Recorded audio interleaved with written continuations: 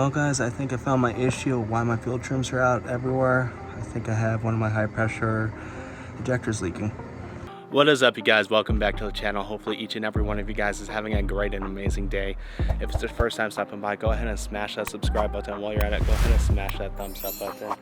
In today's video, well, it kind of took a turn. I was about to start taking the fuel rails off so I can have the injectors flow tested because I've been having problems with my fuel trims. Still having problems, but I'm noticing that the car's not starting anymore, and well, there's a bunch of fluid underneath the car. I should probably still have the injectors flow tested because it did sit for such a long time. It's just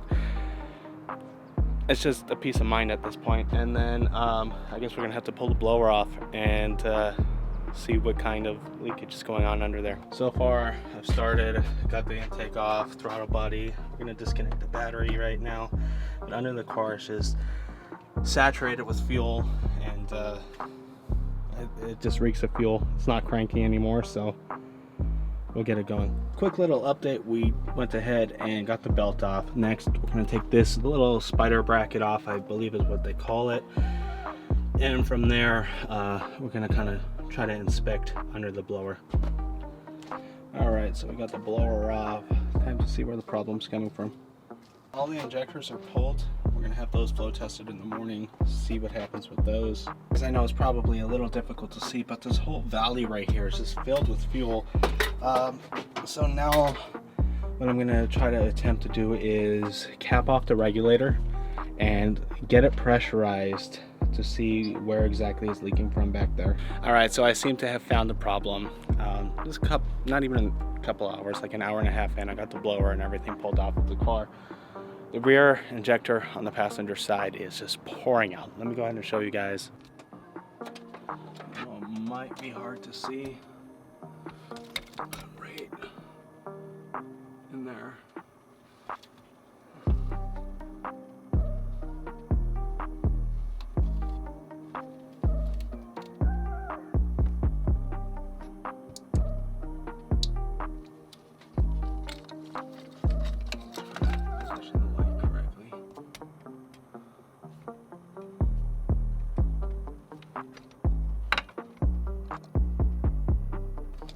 Anyhow, it's just pouring out, and that's no good.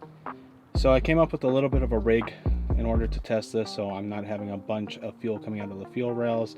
I disconnected the line from the high pressure regulator, took the cap off of the port side, plugged this side, and just pressurized the whole system, and that's how we found the leak.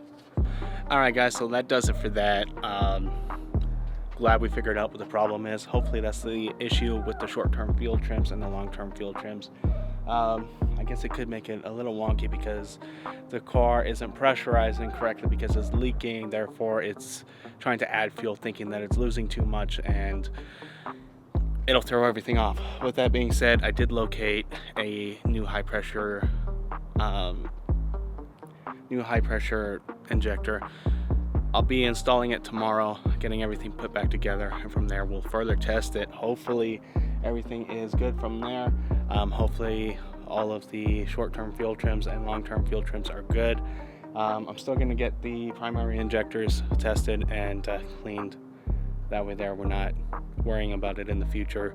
I already have them out, may as well have it done. Alright, so a little bit of an update. A couple days later I went ahead and dropped off the primary injectors to have them flow tested and make sure everything is functioning with them correctly. The test came back perfect, everything's working well with them, the pattern on it, the flow rate, everything is good. With that being said, we still had to go ahead and source another injector on the direct injection side. We sourced that out. I actually have somebody coming over to install it right now. Then we're going to go ahead and start putting everything back together, get the injectors put back in, the blower, and hopefully by the end of the night we have our first startup.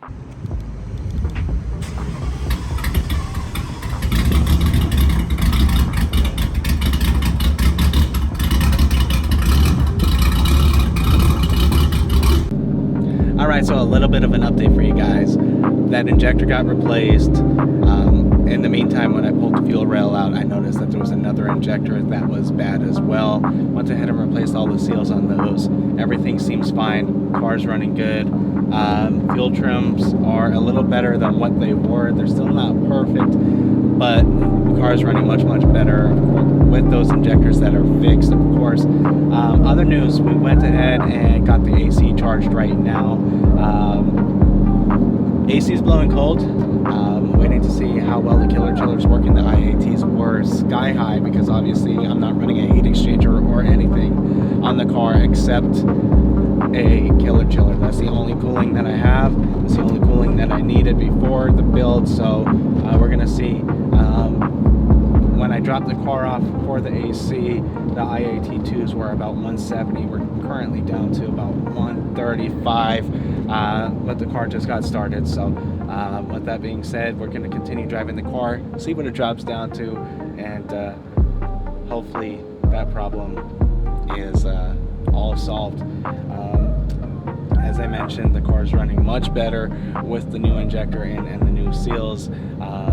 Car's put back together, and I just can't wait to finish this break-in, get on some E85. I can't wait to get some fucking tires. That's literally the only thing stopping me from doing a pull.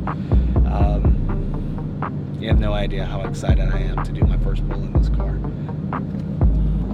As you see, the fuel trims are still in the negative, so it's still pulling fuel. IAT2s are dropping. I probably cool it down a little quicker if I flip that switch.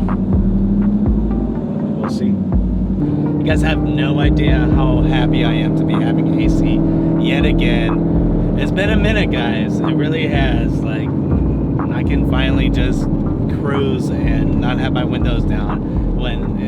Keep in mind, it's still like 90 degrees here in Central California.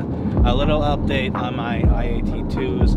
Lowest I've seen so far is about 118. Keep in mind, when we started, right before we turned the car on, IAT2s were like at 170, and I got a whole 7-gallon ice tank in the back filled with coolant and water that has to be cooled down. So the recovery time is going to take a little longer than your standard system, but I can always ice down at the track or before I roll or whatever and keep those IAT2s really low. Also, when it's already cold, it's not going to take long to recover at all. It's just when it's super hot and it's going to take time. It's normal. With that being said, the car seems to be running okay. AC is blowing cold. Super happy about that. I can't wait to see what this car is going to do in the 60 to 130 and quarter mile. I'm super ecstatic. This build has come a long way. The amount of money and effort alone that's been put into this car since it was blown, literally like $50,000, and finally the car is running okay. It's not 100% yet, but it's getting there, and slowly but surely we're going to be doing what we used to be doing.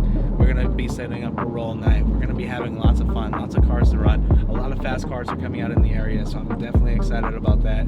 Before, I was essentially competing with myself and 1 or 2 other cars out there that would keep up, but other than that, there was literally nobody. Now there's a bunch of fast cars out there, so we shall see what happens here in the near future. Definitely excited. With that being said, guys, hopefully you enjoyed today's video. If you have, go ahead and smash that thumbs up button. Drop a comment in the comment section below. Let me know what kind of cars you'd like to see me race. Let me know what kind of content outside of racing you'd like to see. And of course, guys, if you're new to the channel and you haven't subscribed yet, what are you waiting for? Go ahead and smash that subscribe button. There's plenty of good content coming your way.